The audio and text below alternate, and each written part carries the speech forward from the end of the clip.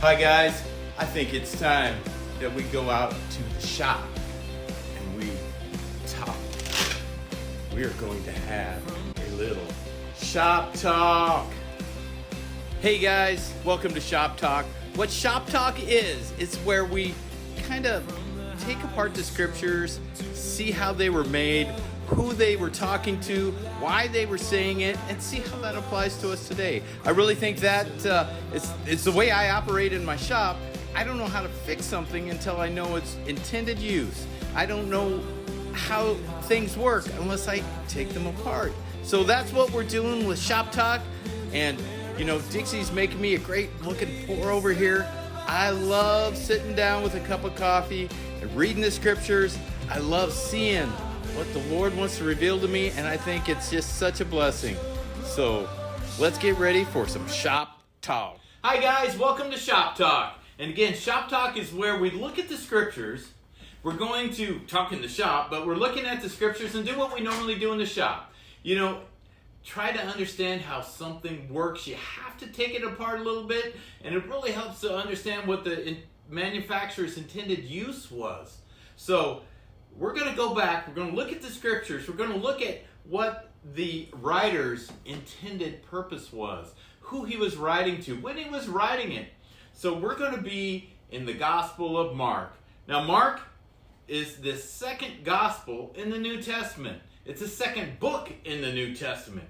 It is a great place to start reading if you want to learn about Jesus. You know, you can start, it starts at there's a lot going on. If you like excitement, starts with John the Baptist, describes Jesus' life and his resurrection. It is awesome.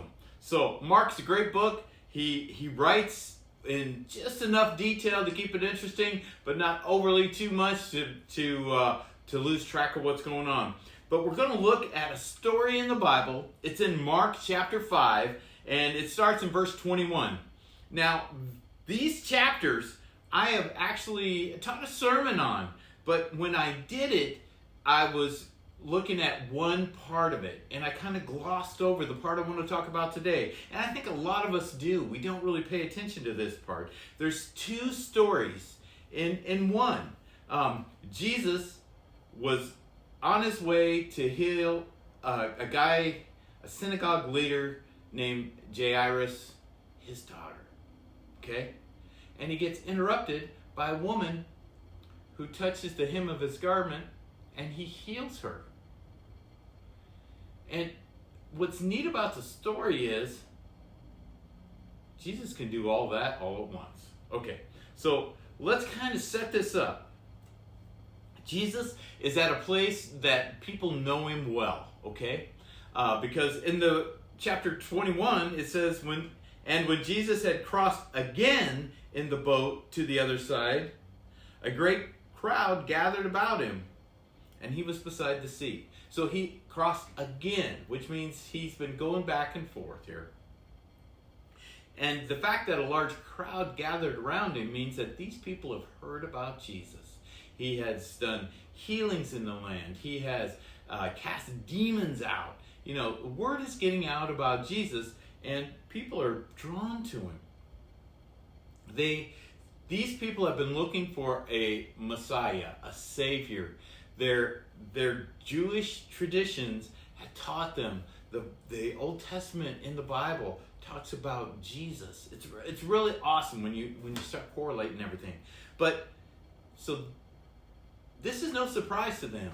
They think this is the guy. They see him doing miracles. They see healings happening, and they know that it's coming from the power of God, that he is God's son. Okay, so bunch of people crowding around him. Now, what's interesting with the story about Jairus, like I said, he was a synagogue leader. Now, that's a Jewish temple. Basically, they had to put up these synagogues that were within a Sabbath day's walk of the Jewish people, so they wouldn't break a tradition or a law by walking on their Sabbath too far. So this guy is kind of higher up in the Jewish religion, all right? He is somebody, he's a leader in one of these local synagogues. Now, he came and fell at Jesus' feet. So we know that he knew what Jesus could do. He was at his wit's end. His daughter was sick. She was at home dying, and he knew that Jesus could heal her. So he reached out to Jesus. So he comes, he grabs him, come, lay your hands on my daughter, he's saying. So they're walking, and remember, there's this crowd around him. And in verse 24, it even says, and a great crowd followed him and thronged about him. And there was a woman who had a discharge of blood for 12 years. Let that soak in a little bit. And who had suffered much under many physicians, and had spent all that she had, and was no better, but rather grew worse. Now, when I taught a sermon on this, I was really focusing on Jairus and how he was desperate, and I could just imagine him dragging Jesus. Come with me, you have to lay your hands on my daughter. This is so important to me. And this lady touches Jesus and kind of derails the moment, slows him down. Like, if your child is dying, we're running. We are not stopping for anything. But it's interesting because this lady had had a discharge of blood for 12 years. Now, like I mentioned about the laws that the Jewish people had formulated, had come up with to make sure that they didn't sin against God. There were 660 plus laws that they had kind of made processes for, or much more than that even. Have you ever worked for a company that if something goes wrong, they make a process for it, and then when that company's 25, 30 years old, they have so many processes for things that you can't even move? Well, that's kind of what happened with the Jewish nation if you look at it. So you have this lady, she would have been considered unclean because she had a discharge of blood for 12 years. Now, we know that if you go in your Bible back to Leviticus. Now, this is where Genesis, Exodus, Leviticus, we're at the front of the Bible. Moses had come up with these laws. They were living by. So in Leviticus, we're reading about these laws and how people needed to live to honor God. And Leviticus chapter 15, starting in verse 25, it talks about what this lady would have been going through, or what this crowd would have thought of this lady. If a woman has a discharge of blood for many days, not at the time of her menstrual impurity, or if she has a discharge beyond the time of her impurity, all the days of the discharge she shall continue in uncleanness. That's 12 years this woman was unclean. Every bed in which she lies, every place she sits, everything is unclean. And whoever touches these things, they're going to be unclean. Just if you touch where the lady was, now you're ceremonially unclean.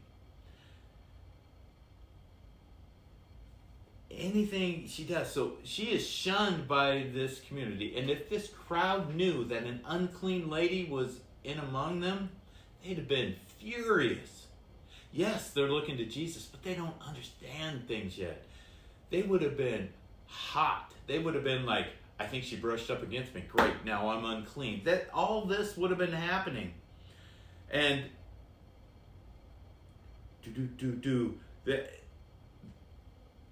if she would have gotten clean, I mean, it's not like bam, because Jesus is going to heal her.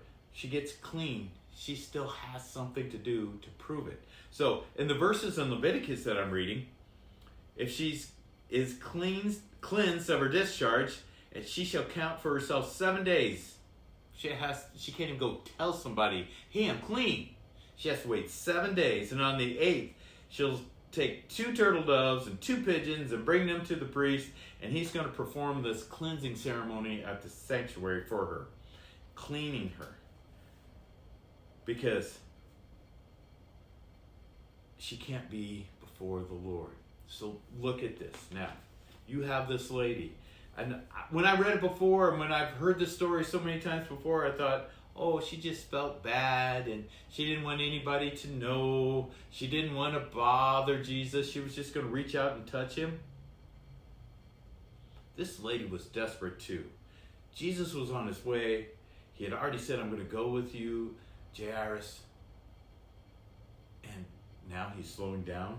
But listen to what it says, going on about this lady. She had suffered much under many physicians and spent all that she had and was no better, but grew worse. She was trying to be healed. She was trying to live her life. She was trying. Okay? She had heard the report about Jesus and came up behind him in the crowd and touched his garment. Totally not right. Anything she touched now would be unclean. But she forced her way through the crowd. I don't care about you guys. I know that he can heal me. For she said, if I touch even his garments, I will be made well. She believed it with all her heart that all she had to do was touch his garment. And again, if these people knew what was going on, they'd have been furious. And immediately the flow of blood dried up, and she felt in her body that she was healed of her disease. Now, guys, Jesus hadn't even looked at her yet. Okay? He's still getting pulled along by this guy to his daughter. And Jesus, perceiving in himself that the power had gone out of him, immediately turned about in the crowd and said, who touched my garments? You know what's amazing is, he knew. If you think you can get by with something without Jesus knowing, Jesus knows. And he knew that the power came out of him. Now, what made that power come out of him? What was the driving force behind that lady being healed? Well, Jesus is going to tell us here. And who touched my garments? You know, he was in the moment, but he knew. And his disciples said to him, you see the crowd pressing around you, and yet you say, who touched me? Several people were touching Jesus. And again, I just read this and went, oh, nice lady. Oh, she got healed. She had faith. But it's so much more than that. She was going against the flow. She was going against all culture, actually, at that time. And she didn't know. She hadn't heard a story about somebody just touching his garment and she would be healed. But she knew that that's all I need. That's what I need to be with Jesus.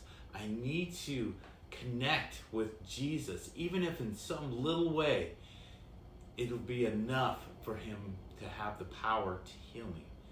There's a whole sermon in that. We just need to connect with Jesus in some little way. So if you ever think that, you know, what little Bible reading I do, even though I'll read 4 chapters and I won't understand a thing, you're reaching out, you're touching Jesus's garment. Keep that in your heart when you start having those doubts of if you're even doing well reaching Jesus. Okay. So the disciples are like, are you kidding me? Everybody's touching you, Jesus. And yet you say, who touched me? And he looked around to see who had done it. But the woman, knowing what had happened to her, came in fear and trembling and fell down before him and told him the whole truth. This lady owed it to him. This lady owed her life to him, and she knew it. Because, really, she had her healing, remember? She could have ran. She probably would have felt like, I can't tell anybody, because if I told them that I was unclean, impure, and I had pushed my way through the crowd to touch this guy, I would probably get stoned, people would be angry. But no, she came back to Jesus and answered his call. Did you catch that? Jesus called, who touched me? She came when Jesus called. And he said to her, Jesus is going to tell her what went on here. Daughter, your faith has made you well. Go in peace and be healed of your disease. Now, It says in my notes in the Bible that the word for healed, go be healed, is the same word for save. Now, remember the Jewish Hebraic language that they were speaking back then? They only had, 8,000 words or something like that. Put that in context. In our English language, we have 440,000 words, and it's growing. So this word had meaning. Their words had meaning and depth. So she was saved, and it was the same word for a physical healing. So, daughter, your faith has made you well. Her faith, her running after Jesus, her answering his call, and laying her life down, really, to come back to him. Go in peace and be healed of your disease. He's saying, it really did take. You're healed. Hon, go in peace. Now, the whole time this is going on, Jairus, he's like, we got to get to my daughter, but don't worry, because some guy comes running out and says his daughter died. Jesus goes in. He only lets James and John and Peter go in with him, and he heals that girl. Okay, so the girl's okay. Jesus didn't fumble the ball. He didn't lose the war because he was trying and winning a battle. Jesus is all-encompassing and can do it all. But this poor lady, in the middle of this, that other great story, she kind of gets, when I read it, she got minimized. Like, oh, that's good. She reached out, she touched, and she's healed. But what about this lady who had faith, who was like, I don't care what happens, I have to get to Jesus. Think about us. Think about when we're cleansed by Jesus, when our sins are forgiven by Jesus. Do we answer his call? Do we come back to Jesus? Do we, when he says, who is that? Do we say, it was me, Jesus. I'm here. Do we have the faith to go looking for Jesus? If we think that we have everything we need in life, do we have the faith to go looking for Jesus?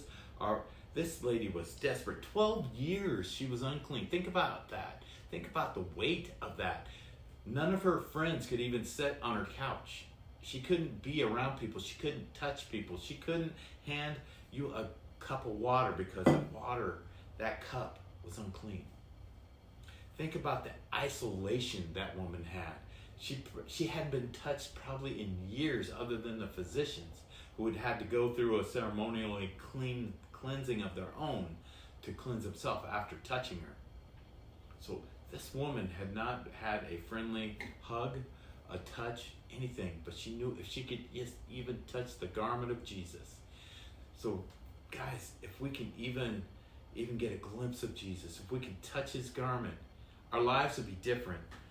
We need to learn from this woman and have the fortitude to go after Jesus, to accept the healing, and to have the fortitude to follow Jesus, to run back, to answer his call.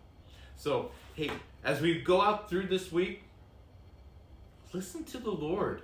And if you're feeling like, I don't do enough, I'm not good enough, I'm not worthy, this lady was not worthy according to their culture or their standards. This lady was unclean. Anybody she touched would have been unclean and shouldn't have been next to Jesus. But Jesus called her clean. Jesus calls you clean. Jesus called me clean. So as you're reading the Bible this week, try the book of Mark. Start in Mark 1, read a chapter or two a day, and let it kind of soak in, like, what's going on? And if your mind starts telling you, you're just not worthy, you don't get it, you don't understand, cast those thoughts out of your mind and say, hey, if Jesus did it for the woman, he wants me too. If he wants that unclean woman, he wants me too. We owe this woman a lot because she showed us how to accept Christ, how to pursue Christ, how to accept what he gives us, and how to answer his call. So let's build our faith up like this lady this week and look for the ways that God might be calling you. He might call you to interact with somebody. He might call you if you don't know him. And you can pray the prayer in your heart, accepting what he did, like the lady did. She reached out in faith. Reach out in faith and accept what Jesus did for you. So guys, I hope you enjoyed this. I enjoyed this so much. It really opened my eyes as I just kind of glossed over this. But I got to thinking, there's more to that. I want to unpack that. Have a great week. Take care now. Bye.